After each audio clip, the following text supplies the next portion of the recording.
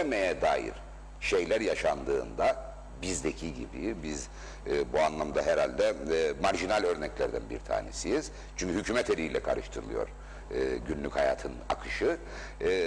Doğrusu yıkıcı etki çok daha fazla oluyor. Ekonomide çok ciddi kayıplarımız vardır. Dün en nihayet 2020 yılı gösterge rakamları açıklandı. Ülke ekonomisi tarihi bir küçülme, daralma yaşadı. %21'i aşan bir daralmayla karşı karşıyayız. Dolayısıyla bunun önce telafisi, sonra da yeniden büyüyebilme koşullarının yaratılması çok ciddi bir çalışmayı gerektirir ama hükümette o konsantrasyon tabii ki yok. Biz bunu çok net görebiliyoruz. Çok basit konuları ele alırken bile ilgili bakanların görüşü sağlıklı bir biçimde alınmadığını kendileri ifade ediyor. Biz dinlediklerimizden yola çıkarak bunu tespit etmiyoruz. Örneğin gündem özelde Sayın Reşat Akar'ın Sağlık Bakanı'yla yaptığı program, o program sırasında Sayın Bakan'ın ifade ettikleri ve aynı anda bir başka kanalda, devletin televizyonunda Sayın Başbakan'ın ifade ettikleri taban tabana zıt olabiliyor. Sayın Sağlık Bakanı Covid-19'un birinci derecede sorumlu makamıdır. Söyledikleriyle aslında ne kadar büyük bir kaosun olduğunu ortaya koyuyor. Sayın Başbakan da bu kaosun ne kadar farkında olmadığını ortaya koyuyor söyledikleriyle. Dolayısıyla biz bunları yaşamak zorunda olmamalıyız. Hükümetin bu konuda gerçekten hükümetmiş gibi davranması gerekiyor. Hükümet makamları siyasi makamlardır.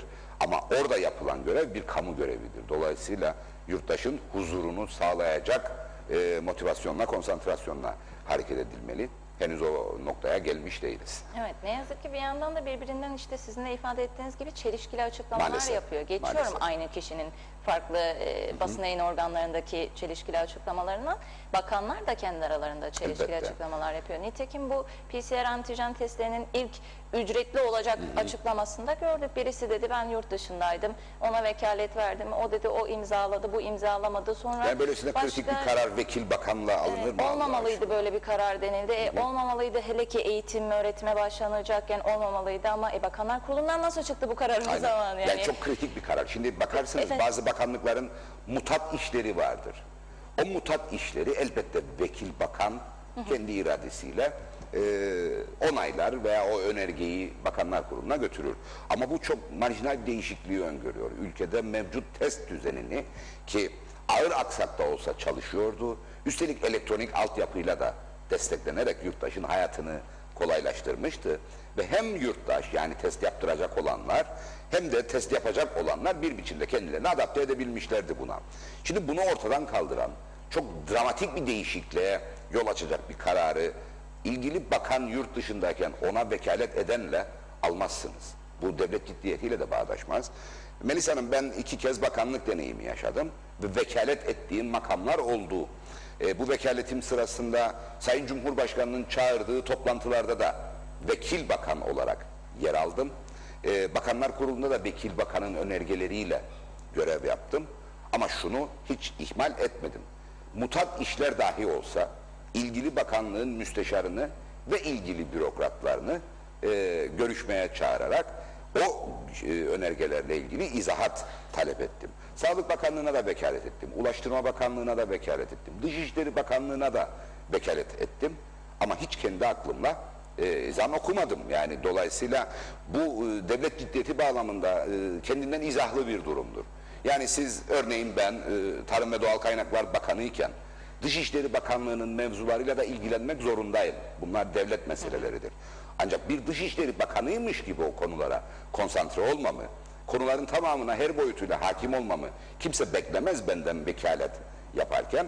O vekaletin hakkını nasıl verirsiniz? İlgili bakanlığın bürokratlarıyla mesai yaparak verirsiniz. Şimdi Eğitim Bakanı Sağlık Bakanlığı'na vekalet ediyor diye Eğitim Bakanı kendini Sağlık Bakanıymış gibi göremez. Sağlık zaten Bakanlığı'yla karara katılmadığını söyledi bir de. Yani böyle üstelik de bir şey var, yani bir şerh var ortada ilgili bakan tarafından.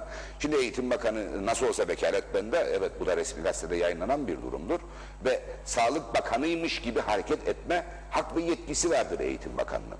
Ama bir de cüret dediğimiz şey vardır. Siz Eğitim Bakanı olarak eğer Sağlık Bakanlığı'na tam anlamıyla müdahalede bulunacak kadar cüretkarsanız işte böyle bir sonuç ortaya çıkar. Dolayısıyla nereden tutsanız elinizde kalacak bir yapı maalesef. Bu yapıda ısrar etmek bizim yaşadığımız sıkıntıyı, ülkede yaratılan tahribatın boyutlarını artırmaktan başka bir anlam da taşımaz doğrusunu isterseniz. Evet, CTP lideri Sayın Tufan Erhun'un bir sözünü not ettim önüme. Çok ilgimi çekti çünkü dedi ki hükümet ölümü gösterip sıtmaya razı etmeye çalışıyor Maalesef, dedi. Katılıyor maalesef musunuz? sabahleyin bunu soracağınızı söylemiştiniz. Ben de hazırlanıp geldim. Ölümü gösterip sıtmaya razı etmek nedir? Aslında olmayan bir olumsuzluğu varmış gibi gösterip sizin niyet ettiğiniz veya kapasitenizin yettiği kadarını, ki o olumsuzluktan daha az olumsuzluk içeren bir durumdur, onu bir fırsatmış gibi, En bir kötüsünü iyilikmiş hazırlayıp gibi diğerini ortaya çıkarmak. Halbuki devletin görevi nedir? Devletin görevi mevcudun iyisini yaratarak ortaya koymaktır. Şimdi yine şeye dönelim, yani en aktüel konu bu maalesef. Testlerle ilgili yaratılan kaosa dönelim. Dediğim gibi elektronik sistemlerden de yararlanarak ağır aksak ilerleyen bir durum söz konusuydu. Bu durum devletin giderlerini artıran bir etki yaratıyor elbette, ama Covid-19 mücadelesi bedavaya olabilecek bir mücadele değil maalesef.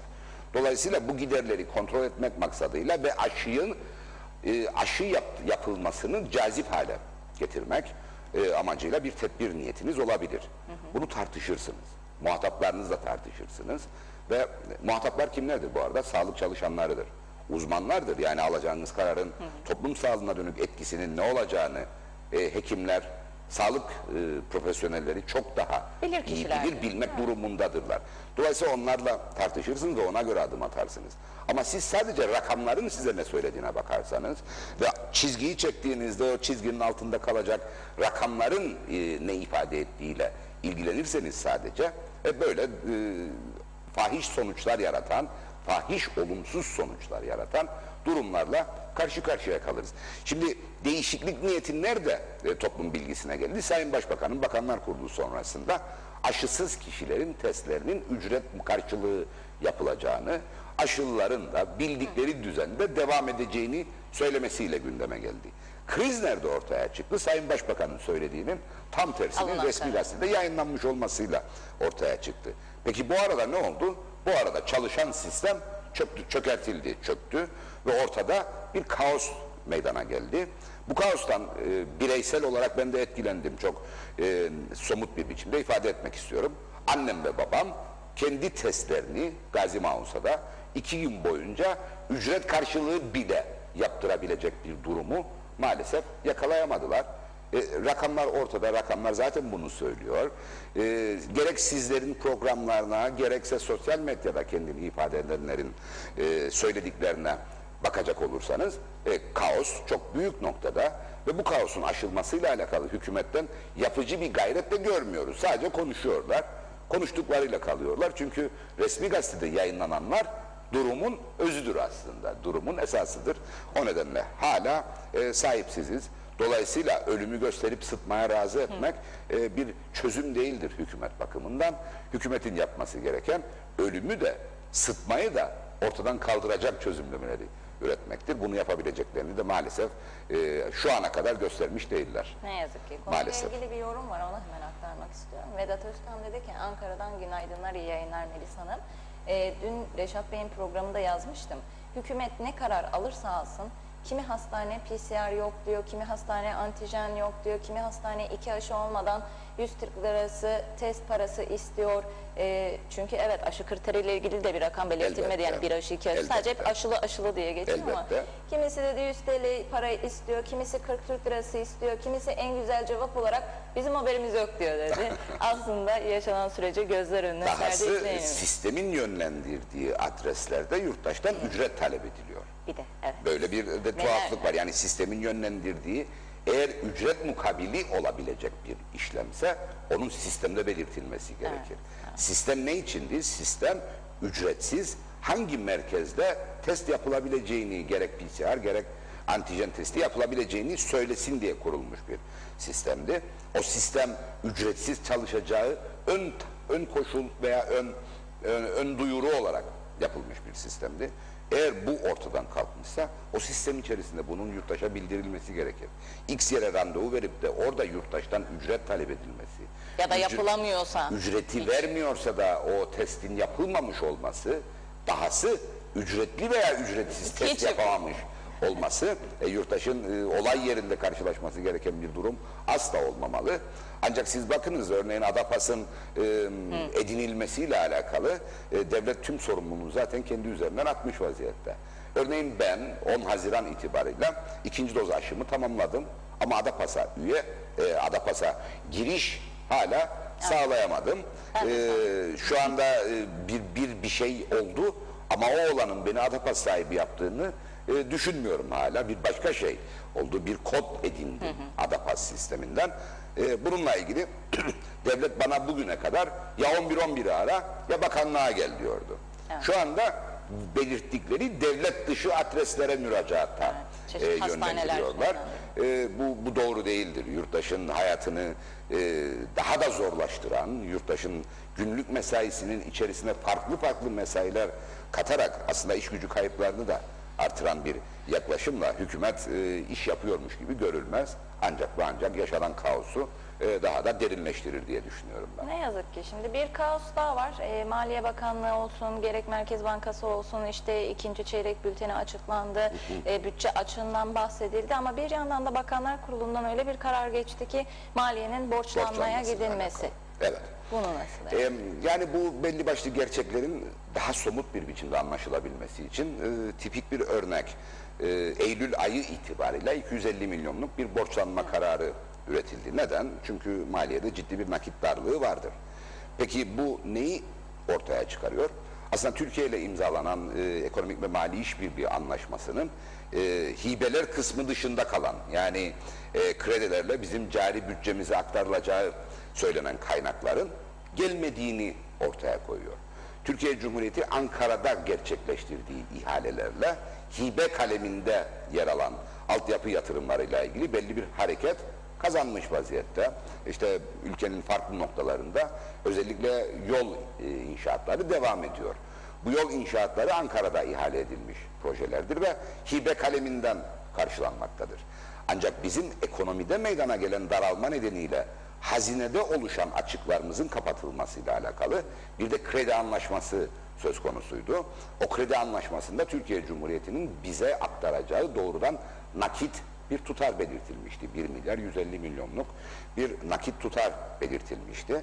Ve o nakitin kullanıldığı günkü dolar kuru üzerinden hanemize borç yazılacağı ifade edilmişti. Ancak biz maliyenin seyir defterine baktığımızda bu konuda herhangi bir kaynak aktarımının olmadığını zaten görebiliyoruz. Ancak resmi gazeteyi takip gibi bu maliyenin seyir defterini takip de herkesin her an yapacağı bir işlem elbette değildir. Ve hükümet makamlarının bu konuda da sözel olarak ifade ettikleriyle devletin yazılı kayıtları arasında taban tabana bir zıtlık söz konusudur. Çünkü devlet makamlarına, hükümet makamlarına bakarsanız Türkiye Cumhuriyeti bize kaynak aktarıyor. Hatta maaşların ödenmesi için gereken mali kaynak da Türkiye Cumhuriyeti'nin sağladığı bir kaynak olarak lanse ediliyor. Özellikle Sayın Maliye Bakanı bu konuda çok maharetlidir. Maaşların ödenebilmesini her seferinde Türkiye Cumhuriyeti'nin kaynak aktarmasına endekslemektedir. Ancak kendi bakanlığının web sitesinde yer alan aylık gelir gider tablolarında biz Türkiye Cumhuriyeti'nden maaşların ödenmesiyle alakalı herhangi bir kaynak akışının olmadığını çok net bir biçimde görebiliyoruz. Bunu gördüğümüz için de 250 milyonluk borçlanma kararının ne anlama geldiğini anlayabiliyoruz. O 250 milyonluk borçlanma, evet, devletin cari giderlerinin karşılanabilmesi amacıyla yapılacak olan, yapılması gereken, yapılmak zorunda kalınan bir borçlanmadır. Dolayısıyla gerçekler üzerinden konuşma ve yurttaşı doğru bilgilerle donatma bir zorunluluktur. Bir tercih değildir veyahut bir iyi niyet gösterisi değildir. O görevin gerektirdiği bir zorunluluktur.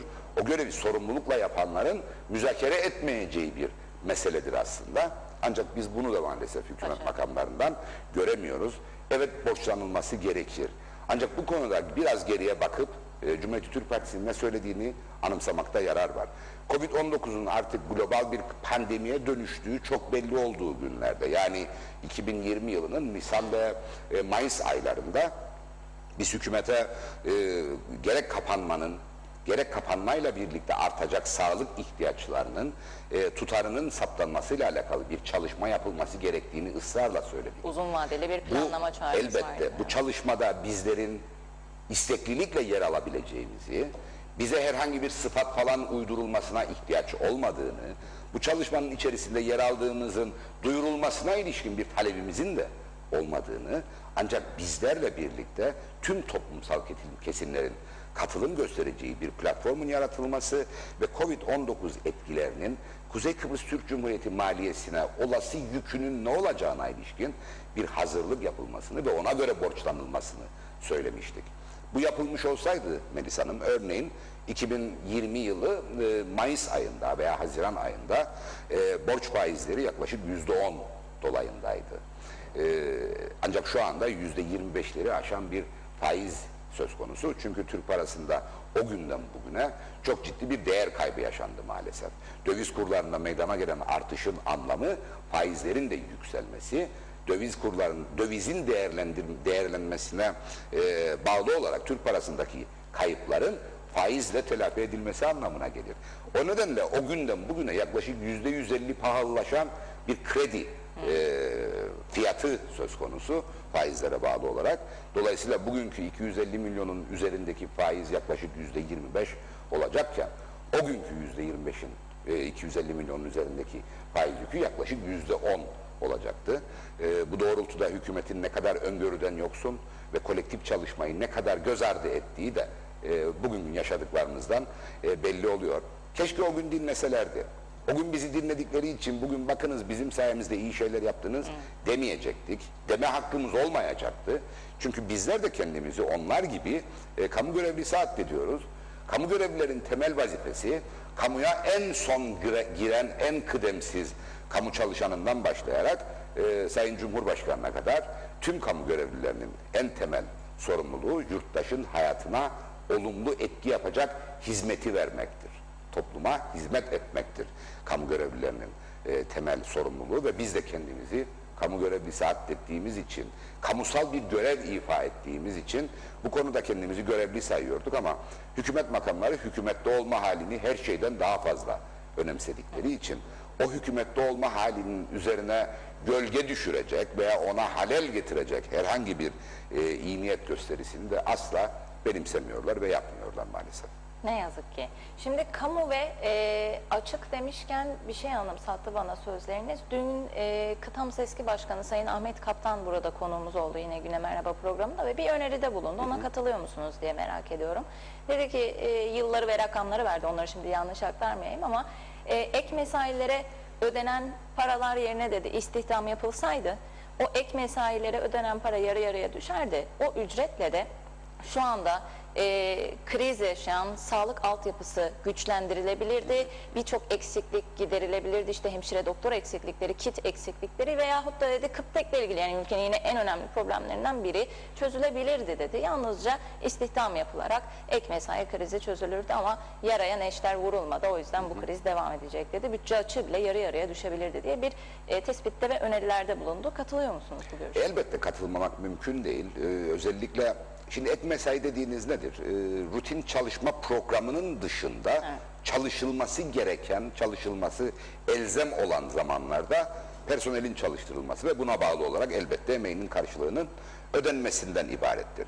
Şimdi eğer sağlık servislerinde, eğer gümrüklerde ek mesai bir zorunluluksa mevcut personel sayısına bağlı olarak siz ne yaparsınız? Ek mesai gibi normal mesaiden daha pahalı olan o ücreti ödemek yerine örneğin sağlıkta zaten kuruludur vardiya sistemi. Bunu gümrüklere de şamil kılarsınız ve ek mesaiyle çalışanlara birden çok maaş verirmiş gibi olması yerine daha çok çalışanın standart maaş almasını sağlarsınız.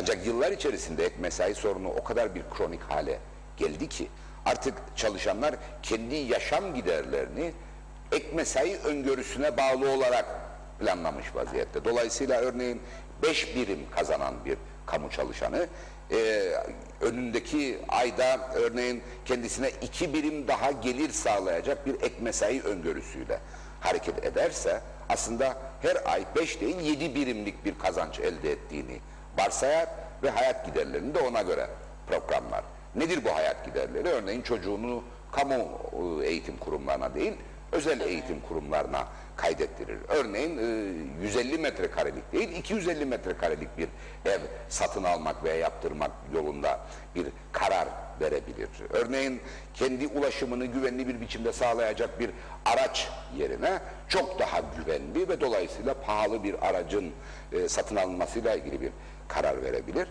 Şimdi bunu bir anda ortadan kaldırmak elbette toplumsal bağlamda bir başka sıkıntıya yol açar. Bu adil değildir belki ama fiili durum da bu olduğu için bunu zamana yayarak ortadan kaldırmak elzemdir, devletin görevidir. Çünkü kamu maliyesine yükü mevcuttan daha fazla olmayacaktır. Üstelik yurttaşın aldığı hizmetin kalitesini artıracak, süresini uzatabilecektir. Dolayısıyla bunun mutlak suretle ele alınması gerekiyor. Ancak bu istihdamın mutlak suretle adil bir biçimde yapılması gerekir. Bunun da altını çizmek gerekiyor. Yani siyasi iradenin iki dudağı arasında sonuçlanacak bir istihdam projesi olmaması gerekir. Örneğin asıl ve sürekli kamu görevlileri yani kamu hizmeti komisyonu eliyle istihdam edilen kamu görevlileri eliyle bu ek mesai sorununun çözülmesine ihtiyaç vardır. Yoksa hükümetin yaptığı gibi işte pandemi koşullarını gerekçe göstererek hemşire adı altında hizmet alımı yaparak aslında yandaş istihdamı üstelik sağlık hizmetlerinin kalitesini ve yoğunluğunu artıracak bir etkiye de yol açmadan yaparlarsa bu hiç doğru olmaz. Dahası çok daha fazla kaynak tüketen bir noktaya varır. Dolayısıyla elbette ek mesai yapılacağı kesin olan alanların saptanması ve oradaki personel planlamasının yeni baştan ele alınması gerekir. Tabii bu konuda bir başka sıkıntı daha vardır. Onun da altını çizmek gerekiyor. Şimdi öyle alanlar vardır ki istihdam yapabilirsiniz. Çünkü yasalarda öngörülmüş kadro rakamları henüz dolmamıştır. Dolayısıyla oralara istihdam yaparak personel sayısını artırmanız mümkündür.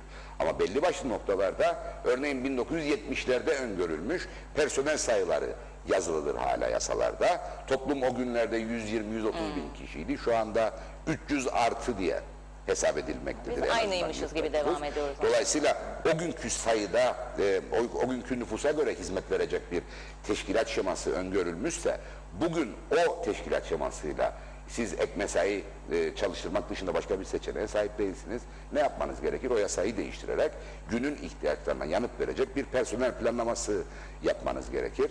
Nerede yaparsınız bunu? Mecliste yaparsınız. Peki meclisteki durum ne? Yine hükümetteki halkın meselelerine odaklanmayan hal ve tavırla maalesef olumsuz etkileniyor. Çünkü teşkilat şemaları evet bakanlıklarda hazırlanır. Bakanlar Kurulu'ndan geçirilir ve meclise gönderilir. Bunun için de sizin çalışabilen bir meclise ihtiyacınız var. Halbuki bizim şu anda kör dövüşünün devam ettiği bir meclisimiz var. Bu kör dövüşü de bizimle birilerinin kapışması değil, hükümet mensuplarının yani iktidarın kendi içindeki kapışmanın yaşandığı bir alandır. O yüzden meclise çalışamıyor. Yani her sorduğun sorunun çözümü aslında o kadar derine ve geçmişe dayanıyor ki sizin de ifade ettiğiniz gibi. Yalnızca bir karar alıp buyurun. Geçmişe dayanıyor ama çözümü de çok basit. Evet, çözüm nedir? Halka odaklanmış siyaset anlayışının tüm partilerde egemen olmasıdır. Eğer bu başarılmış olsaydı bugün çok farklı noktalarda olabilecektik. Örneğin henüz pandemi ortaya çıkmamışken 2019 Mayıs ayı itibariyle biz hükümetten gittik. Ancak gitmeden pandemiyi de hesaba falan katmadan çünkü yoktu Covid-19 sağlık servislerimizin personel yapısını geliştirmek dolayısıyla hem ek mesai giderlerini azaltmak hem de sağlıkta hizmet kalitesini geliştirmek açısından örneğin bir yasa değişikliği yapmıştık ve kamu sağlık çalışanlarından hemşire kadrolarını artırarak daha fazla hemşirenin ki ek mesaide en fazla giderin oluştuğu noktadır o. Hemşire sayılarının artırılmasına ilişkin bir teşkilat şeması değişikliğini biz hükümetteyken başarmıştık.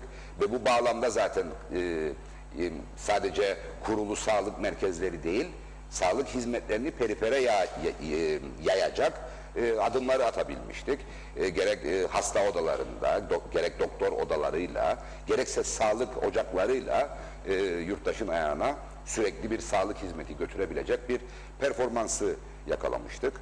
2019 Mayıs'tan sonra ne oldu? Bunların hepsi bir bir kapatıldı. Üstüne bir de pandemi koşulları eklenince perifere yayılmış olan sağlık hizmetleri deyim yerindeyse tamamen ortadan kalkmış oldu. Maalesef. Evet. Dilerseniz birazcık daha yorumlara devam edelim. Seyirci yorumlarımız da var. Nazime Nalbant, günaydın Melis Hanım, iyi yayınlar, hayırlı cumalar. Yurt içinde yurt dışında herkese günaydın. Her tarafta bu aşıları ve PCR testleri konuşuluyor. Her gün değişik kararlar alanlar neden tam iyi anlaşılabilir kararlar aktarmıyorlar biz halka? Konuğunuz CTP Milletvekiliniz Erkut Bey'in konuştuklarını dinliyorum ve soruyorum. Bu Kıbrıs'ın durumları ne olacak? Çok üzgünüm, sevgilerimle dedi. Ali Çeliker günaydın, hayırlı sabahlar. Hatice Mumin'ine iyi yayın dileklerini iletti. Bülent Gezer de günaydın, bu test sorunu ne olacak? Kimse test yaptırmayacak, hasta olan da teste gitmeyecek, sonumuz kötü dedi. Yani anlayacağınız şu anda tamamen test, PCR ve son alınan sağlıkla ilgili olan kararlar ne yazık ki bu şekilde. Üstüne üstlük 0-17 yaşta ciddi bir yoğunluk yaşanmakta hasta rakamlarına baktığınızda ve önümüzdeki hafta eğitim yılının yüz yüze yeniden başlayacağı hafta bu seyirle üstelik test konusunda da bu belirsizlik ve yoğunluğun düşmesi hali hesaba katıldığında. Bir de kit eksikliği de hesaba katıldığında. Yani kit eksikliği gerçekten var mı yok mu onu anlamış değiliz. Çünkü önceki gün yaklaşık 5,5 milyonluk yeni bir alım gerçekleştirildi. Dolayısıyla şu an için en azından bir kit eksikliğinin söz konusu olmamış olması gerekiyordu. Ancak okulların açılması son derece önemli. Bunun altını çizmek gerekiyor. Bu ülkenin her noktasının açık kalması son derece önemli. Bütçe rakamları bize bunu söylüyor. Hazine tam takır kuru bakır. Dolayısıyla bu ülkede her alanın açık olması gerekiyor. Ancak bu açıklığı sağlayacak konsantrasyon ve hazırlık hükümette olması gerekir. Yani hastalığın kontrol edilebilmesi bağlamında aşılanmanın yoğunlaştırılması, cazibesinin artırılması, aşı hizmetinin yaygın bir biçimde yurttaşa doğrudan ulaştırılması son derece önemli. Yurttaşların kendi sağlığını kendi kontrolleri için yapabilmesi, dahası özellikle temaslıların kendi takiplerini yapabilmesi bağlamında testlerin yaygın bir biçimde ve kolay erişilir. Buna ücret de dahildir. Sadece mekan bağlamında kolay erişilir değil, ücret bağlamında da yurttaşı hırpalamayan bir noktada devamının sağlanması gerekir. Eğer bunlar olmazsa ne olur? Okulları açacağım dersiniz, açamazsınız. Sektörleri açık tutacağım dersiniz, kapanma kararı almak zorunda kalırsınız. Örneğin yüksek öğrenim bu ülkenin ekonomisi için çok önemli bir kaynaktır. Ama yüksek öğrenim bir ekonomik faaliyet değildir. Dolayısıyla öğrencinin fakültesine gelebilmesi, sınıfına girebilmesi ve hocasının gözüne bakabilmesi elzemdir. Şimdi örneğin Doğu Akdeniz Üniversitesi'nde alınan karar devlet üniversitesi olduğu için son derece önemlidir. Doğu Akdeniz Üniversitesi bu ülkede kimse darılmasın, gücenmesin ama yüksek öğrenim alanının lokomotifidir. En prestijli üyesidir. Dolayısıyla Doğu Akdeniz Üniversitesi'nin ne yaptığı, devletin süreci nasıl yönettiğine ilişkin de çok tipik bir göstergedir. Doğu Akdeniz Üniversitesi örneğin karma bir sistemi yürürlüğe koydu. Hibrit bir model. Ülkeye gelebilen öğrencilerle yüz yüze eğitimi yapacak ama ülkeye gelip yüz yüze eğitime katılmayı bir zorunluluk olarak öngörecek kararı da maalesef veremedi. Neden? Çünkü hiçbir şey güven vermediği için öğrencileri buraya kontrolsüz bir biçimde yığmak ve ardından da kapanmayı yaşatmak göze alınacak bir şey değildi. Dolayısıyla Doğu Akdeniz Üniversitesi'nin kararını ben doğru bir yaklaşım olarak buluyorum. Ama gerekli olan bu muydu? Gerekli olan o değildi. Dolayısıyla diğer üniversitelerde de çok büyük olasılıkla aynı şey yaşanacak. Çünkü yüz yüze eğitimi bir zorunluluk olarak ortaya koyarsanız ama buna hazır bir duruma gelmeniz henüz mümkün olamamışsa günün sonunda ne olacak? Öğrenci kayıtlarını kaybedeceksiniz. Gelemeyen öğrencinin kaydını düşürmek zorunda kalacaksınız ki bu da yüksek öğrenim alanının ki bu ülke sadece yatırımcıları bağlamında değil, her bir bireyiyle yüksek öğrenim konusunda çok ciddi bir yatırım yapmış vaziyettedir. O çok daha büyük bir kaosa yol açabilecek. Yani yalnızca yüksek eğitim de değil. Şu an 1. sınıflar, 2. sınıflar, ortaokul, lise, bu öğretmenler, çalışanlar her hafta nasıl PCR testi yaptıracak Erkut Bey? Ve yani şu anki ücret mukabiliyle evet. ve aile bütçesine olan etkisini hesaba kattığınızda bu gerçekten dayanılır gibi değildir. Yani yine riske mi girdi sizce eğitimin şu an? Bence öyle. Bence öyle. Çünkü zaten vaka oranlarındaki temel eğitim çağındakilerin sayısını gördüğünüz zaman dersiniz ki evde bu hastalık kontrolü henüz okullar açılmadan, toplu mekanlarda bulunma zorunluluğu olmadan bu hastalık kontrolü eğer sağlanamamışsa toplu mekanda bulunarak ev dışında bulunmayı gerektirecek zorunluluklar ortaya çıktığı zaman bunu nasıl sağlayacaksınız diye sorduğunuzda bunun yanıtı elbette olumsuzdur. Ne yazık ki. Maalesef. Şimdi süremizin sonuna biraz yaklaştık. Bir izleyenimiz de asgari ücret ne oldu diye sordu. O Evet. konuda da tabii biraz gündemimizin geride kaldı. Petrol sızıntısıydı vesaire geride Çok kaldı doğru ama hayatın ta kendisidir asgari ücret meselesi. Örneğin şu anda sizin tesislerinizin kurulu bulunduğu Lepoja Organize Sanayi Bölgesi'ndeyiz. Buradaki nüfusun diyebiliriz ki %95'i o mesele ne oldu diye merak ediyor ve hayıflanıyor, dertleniyor. Çünkü yaşam her gün pahalanmakta. Asgari ücret özel sektördeki ücretin temeli durumundadır ve artmadığı için çalışanların ciddi anlamda bir motivasyon kaybı, psikolojik bağlamda olumsuz etkilenmesi söz konusu olmaktadır. Ben bunu hep söylerim, belki mesleğim icabı söylerim bunu, insan kaynakları yönetimi bağlamında huzuru olmayan personelin verimi de olmaz. O nedenle eğer emeği karşılığında elde ettiği gelir hayatın tamamını idame ettirmesine yetecek noktada değilse o personel dertlenir. Mesai bitiminde evine ne götüreceğinin hesabını yaparken iş kazaları gündeme gelebilir, gelmektedir. İş verimliliğinde ciddi düşüşler söz konusu olabilir, olmaktadır. İş disiplini bozulabilecek noktaya gelmektedir. Yaşanıyor bunlar. Dolayısıyla bu konunun süratle temizlenmesi lazım. Hükümetin önünde altın bir fırsat varken hükümet bunu görüp de değerlendirebilecek motivasyona bile sahip değil. Bu isyan sebebidir aslında. yani işveren ve işçi kesimi anlaştı. Yani masada asgari ücret tespit komisyonu masasında temsil edilen işçi kesimi çok daha yüksek ihtiyaçların olduğunu söylerken ciddi bir koşulları dikkate alarak ciddi bir ödün verdi. İyi niyet gösterisi olarak belli bir rakamda uzlaşabileceğini ifade etti. İşveren kesimi daralan ekonomiden elbette olumsuz etkilendiği için mümkünse hiç artmasın noktasında oturduğu masada işçilerle birlikte, çalışanların temsilcileriyle birlikte bir uzlaşıya vardıklarını ifade ederek mevcut durumun devamı halinde, yani devletin sosyal güvenlik yatırımlarına yapmakta olduğu katkıyı sürdürmesi halinde bu asgari ücret artışını kabul edebileceklerini ifade ettiler. Peki hükümet ne yaptı? Tam da PCR ve antijen testlerindeki gibi ne haliniz varsa görün dedi. Şimdi bir hükümet ne haliniz varsa görün diyorsa aslında hükümet yok demektir. Hükümet bir felaket bu bağlamda. Bunu bilerek söylüyoruz. Yani bu salt bir muhalif söylem değildir. Yaşattıklarından yola çıkarak yaptığımız bir tespittir aslında. Çünkü çalışanlarla işverenlerin uzlaşısı çok nadir ortaya çıkar. O nadir zamanlardan birindeyiz. Dolayısıyla hükümetin bunu bir altın fırsat olarak görmesi ve göğsünü gere gere tüm tarafları uzlaştırdık. Yeni asgari ücret de şu kadardır diyebilmesi gerekir. Dahası Covid-19 tedbirleri henüz gevşememeliydi. Sağlık doğrudan hastalık kontrolü bağlamında gevşedi. Ekonomiye olan etkilerinin ortaya kaldırılması bağlamında tamamen sıfırlandı.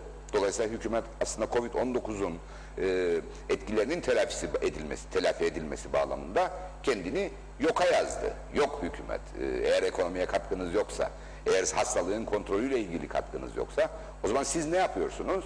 Siz sadece kurultayı düşünüyorsunuz. Doğru. Bunu her halinizden anlıyoruz zaten. Sayın Başbakanın tek konsantrasyonu ulusal birlik partililerle bir arada olmaktan ibaret maalesef. Onun dışında bir konsantrasyon görmüyoruz. En ciddiyetle ele aldıkları ve kamuoyuna yansıttıkları mesaileri siyasi mesaileridir. Halbuki 10 dakika önceye dönerek şunu söylemek isterim ki onlar birer kamu görevlisidir. Adınız başbakan da olsa, odacı da olsa, siz bir memursunuz, siz bir kamu çalışanısınız ve temel göreviniz yurttaşın ihtiyaçlarını çözecek çözümler ortaya koymaktır. Maalesef bu böyle olmuyor. Asgari ücretin saptanmamış olması toplumsal tansiyonu, kayıpları ve maalesef çok uzun vadeli olumsuzlukları beslemektedir. Dolayısıyla Yani bir hem an işçiyi önce hem elbette işverene işveren zora sokan bir açısından durum. da yani İşveren de çünkü istihdam etmekte zorlanıyor elbette. şu anda. Yani bakınız bu konu çok basit bir konu gibi görülür. Kardeşim versinler. Gibi. Şu kadar versinler. Tamam ben de çok isterim versinler. Ama mevcut koşullar içerisinde ödenebilecek bir asgari ücret rakamı belirlenmiyorsa bu iş gücü kayıplarına yol açar. Bunun altını çizmek gerekiyor. O yüzden ben hem işverenleri hem çalışanların temsilcilerini saygıyla selamlıyorum. Çünkü ortaya ciddi bir özveri koydular. Ülkenin genel durumunu göz önünde bulundurarak ve uzlaştılar. İşte bu uzlaşıya hükümetin bir katkı sağlaması elzemdir. Talep de bu doğrultudadır. Eğer koşullar rahatlamaya başlarsa bunu ilk fark edecek olan hükümettir. Hükümet nereden fark edecek bunu? Hazine gelirlerinde, kamu gelirlerindeki artış, yani ithalattaki artış, dolayısıyla gümrük gelirlerindeki artış, yani harcamadaki artış, dolayısıyla fon gelirlerindeki artış durumu ortaya koyabilecektir. Ve hükümet eğer bu rakamları düzenli bir biçimde bizlerle paylaşırsa zaten örneğin sosyal güvenlik yatırımlarına prim desteğini kesecek uygun zemin oluştu dediği zaman ortaya koyacağı verilerle biz evet oluştu veya oluşmadı diyebileceğiz. Dolayısıyla bu konuda bir an önce karar verme zorunluluğu vardır hükümet makamlarının.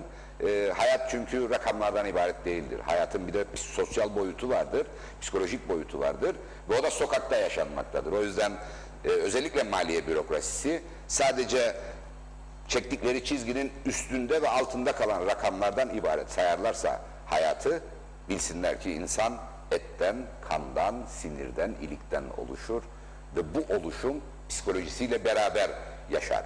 O yüzden hayat sadece rakam değildir. Başta maliye bürokrasisi ve bakanı olmak üzere hükümet bunu fark etmek durumundadır ve bu sorunu bir an önce temize havale etmelidirler. Evet, süremizin sonuna geldik Erkut Bey ama şu bir iki seyirci yorumda aktarayım, bir sorun daha olacak size. Hüseyin Koltan, günaydın Melis Hanım, kolay gelsin. Doğru Haber'in adresi sayın konumuza sorar mısınız? Hayat pahalılığı ne zaman ödenecek? Çok teşekkür ederiz. Ağzınıza yüreğinize sağlık. Hayırlı yayınlar dedi. Hayat pahalılığı. Hayat pahalılığı yani kesinti yapılan kısımdır muhtemelen sorduğu değerli izleyicinin. Meclisten geçirdiğimiz yasa, bizim ön ayak olarak geçirdiğimiz yasa yıl sonundan önce o kesintinin ödenmesini işaret ediyor. Dolayısıyla hükümetin böyle de bir yükümlülüğü var. Evet. Mehmet Ahmet de biz sol kesim olarak sadece konuşuyoruz. İnsanlar icraat bekliyor. Biraz daha sert muhalefet Erkut Bey. Ne diyecek bu işe dedi. Yani bu konuyla çok sık karşılaşıyoruz.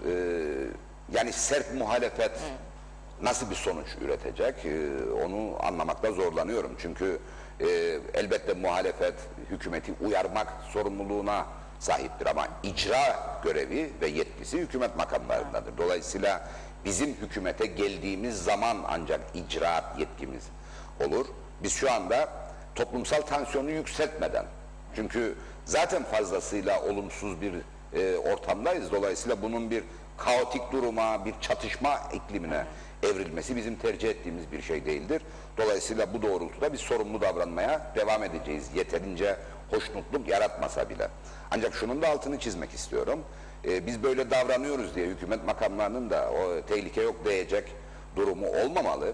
Çünkü eğer biz demokrasiye inanıyorsak, eğer Kuzey Kıbrıs Türk Cumhuriyeti'nin demokratik bir hukuk devleti olduğunu düşünüyorsak ve bu konuda gelişmesi gerektiğini hep söylüyorsak ona uygun davranmak da bir zorunluluktur. O yüzden biz muhalefeti hukuk temelinde demokrasiyi hırpalayacak sonuçlar doğurmadan yapmak zorunda sayarız kendimizi.